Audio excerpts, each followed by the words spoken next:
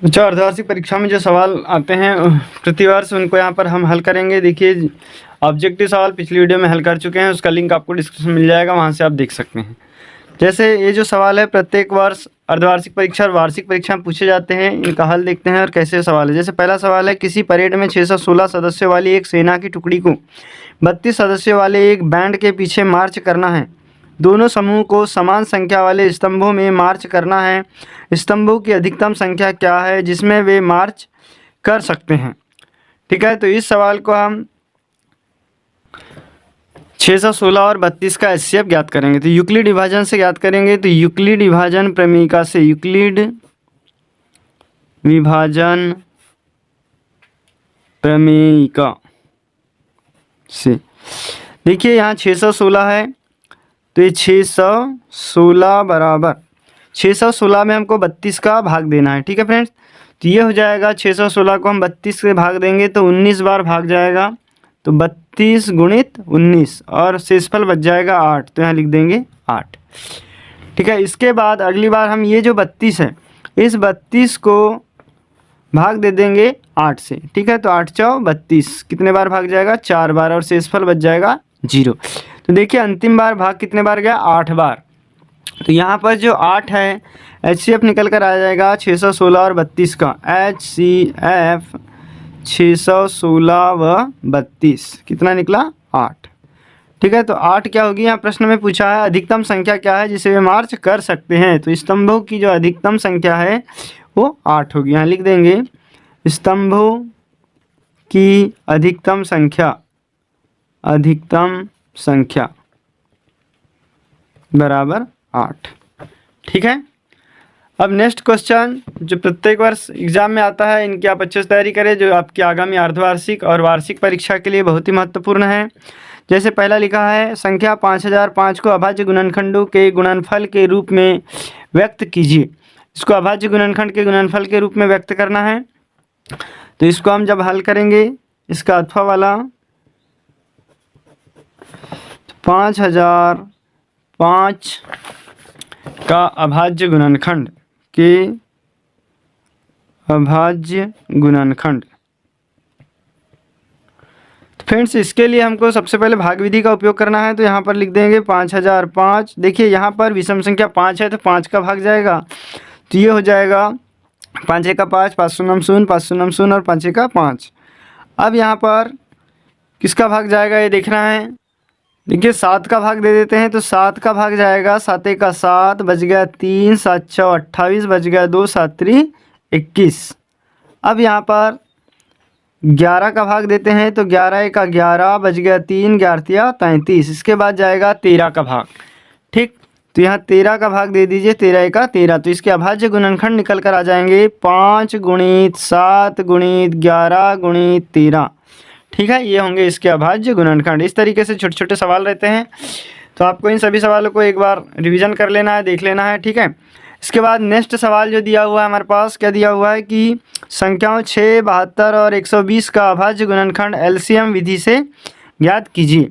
तो एलसीएम विधि से ज्ञात करना है इसका 6, 72 और 120 का। तो फ्रेंड्स पहले हम 6 का यहाँ पे जब हल करेंगे तो 6 का अभाज्य गुणनखंड लिख लेंगे, सभी के लाइन से अभाज्य गुणनखंड लिख लेंगे, अभाज्य गुणनखंड।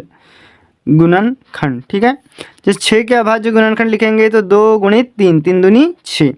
फिर उसके बाद अगली संख्या हमारे पास क्या दिया हुआ है, 72। तो 72 का अभाज्य गुणनखंड निकाल लेंगे, तो क्या निकल के आ जाएगा। देखिए सबसे पहले 2 का भाग दे दिए, तो 2 फिर 36 बार गया। ठीक है, या इसको इस तरीके से आप इधर साइड से तोड़ सकते हैं। 72 का अभाज्य गुणनखंड यहाँ पर निकालने के लिए 2 का भाग देंगे, 2 2 3 6, 2 6 12, फिर 2 का देंगे, 2 1 2, उसके बाद आ जाएगा 2 8 16, फिर 2 9 18। ठीक है, फिर 3 का जाएगा 3 बार, 3 3 9, तो आ जाएगा 2 गुणित 2 गुणित 2 गुणित 3 गुणित 3। ये इसके अभाज्य गुणनखंड निकल गए। इसके बाद अगली जो संख्या दिया हुआ है हमारे पास, कितना दिया है, 120। तो 120 का भी अभाज्य गुणनखंड निकाल लेंगे यहाँ पर। तो 120 में 2 का भाग जाएगा, 2 6 12, 2 शून्य 0, फिर 2 3 6, 2 शून्य 0, फिर 2 15 दूनी 30, और फिर 3 5 15। तो 120 के जो अभाज्य गुणनखंड निकल कर आ जाएंगे 2 गुणित 2 गुणित 2 गुणित 3 गुणित 5। अब हम इसको क्या ज्ञात करना है, एलसीएम। ठीक है, एलसीएम ज्ञात करना है तो एलसीएम 6, 72 और 120 बराबर, देखिए ये वाला 2 सब में है कॉमन तो 2 आ जाएगा गुणित, फिर यहाँ पर ये 2 है, ये भी 2 आ जाएंगे गुणित, फिर ये भी 2 आ जाएंगे गुणित, फिर ये वाला 3 सब में है तो ये 3 आ जाएगा गुणित, फिर ये 3 छूट गया तो ये भी आएगा, और ये 5 छूटा तो 5 भी आएगा। ठीक है, तो इस तरीके से इसके सबके गुणा कर देंगे तो ये हो जाएगा एलसीएम। 2 दूनी 4, 4 दूनी 8, 8 3 24 और 24 दिया 72 और 72 पंचे कितना हो जाएगा 72 गुणित 5, तो 5 दूनी 10 की 0 हासिल का 1 और 5 7 35 और 1 36, 360 आंसर। तो 6, 72 और 120 का जो एलसीएम होगा ये 360 होगा। फ्रेंड्स वीडियो अच्छा लगा हो तो प्लीज़ इसे लाइक कर ले, चैनल को सब्सक्राइब करें और बेल आइकन घंटी को जरूर प्रेस कर दे। अगला सवाल देखते हैं। अगला सवाल हमारे पास लिखा हुआ है, जांच कीजिए कि क्या किसी प्राकृत संख्या n के लिए 4 पर n की घात 0 पर समाप्त हो सकती है। देखिए ये सवाल बहुत ही इंपॉर्टेंट है और हर वर्ष परीक्षा में आता है, तो इसको आपको किस तरीके से हल करना है। तो यहाँ पर हमको लिखना है कि किसी भी संख्या को, है ना, क्या लिखेंगे, किसी भी संख्या को 0 पर समाप्त होने के लिए क्या होना चाहिए, उसके जो गुणनखंड में 5 होना चाहिए। ठीक है, समाप्त होने के लिए उसके गुणनखंड में 5 व 2 होना चाहिए। ठीक है, क्योंकि 5 और 2 का गुना होगा तो 5 दूनी 10 हो जाएगा, जो 0 आ जाएगा। ठीक, जबकि अब फ्रेंड्स इसका हम गुणनखंड तोड़ते हैं, 4 पर n की घात का गुणनखंड तोड़ेंगे तो कितना टूटेगा, 2 गुणित 2 पर n की घात। यहाँ पर देखिए 5 है क्या, नहीं है, मात्र 2 है, जबकि 4 पर n की घात बराबर 2 गुणित 2 में 5 नहीं है, 5 नहीं है यहाँ। ठीक है, जब इसमें 5 नहीं है तो यह क्या होगी, 0 पर समाप्त नहीं हो सकती, और इसीलिए 4 पर n की घात 0 पर समाप्त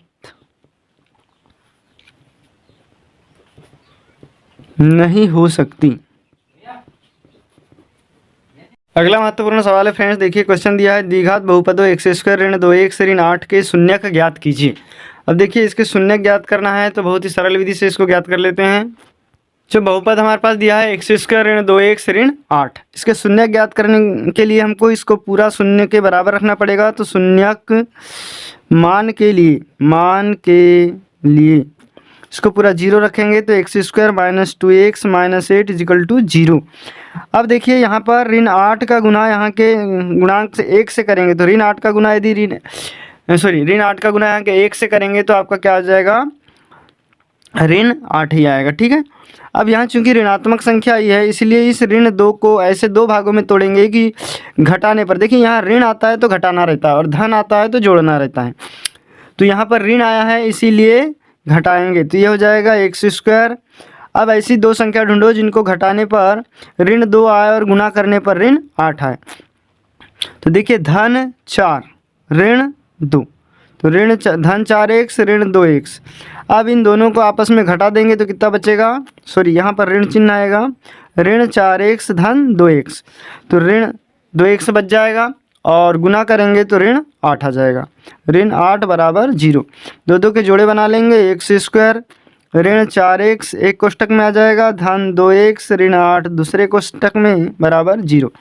देखिए दोनों में से x बाहर निकाल लेते हैं तो यहाँ बचेगा x ऋण 4 धन, यहाँ दोनों में से 2 बाहर निकल जाएगा तो यहाँ बचेगा x ऋण 4 बराबर 0। ठीक है फ्रेंड्स, अब नेक्स्ट स्टेप क्या हो जाएगी, x माइनस 4 दोनों में से बाहर आ जाएगा तो बचेगा x प्लस 2 इजिकल टू 0। अब अगली स्टेप में क्या करेंगे, देखिए दोनों को हम क्या रखेंगे, x ऋण 4 बराबर 0 या फिर हो जाएगा x धन 2 बराबर 0। ठीक, या x धन 2 बराबर 0, तो ये होगा x बराबर 4 या x बराबर ऋण 2, तो 2 शून्यक 2 शून्य हो जाएंगे, x के मान 4 और ऋण 2 आंसर। तो इस तरीके से सरल विधि से हम इसका शून्य ज्ञात कर सकते हैं। तो वीडियो अच्छा लगा हो तो प्लीज़ लाइक कर ले, चैनल को सब्सक्राइब करें और बेल आइकन घंटी को जरूर प्रेस कर दें, ताकि जो शेष सवाल है इसको हम अगली वीडियो में पढ़ेंगे। ये सभी महत्वपूर्ण सवाल जो आपकी वार्षिक परीक्षा और अर्धवार्षिक परीक्षा दोनों के लिए बहुत ही महत्वपूर्ण है।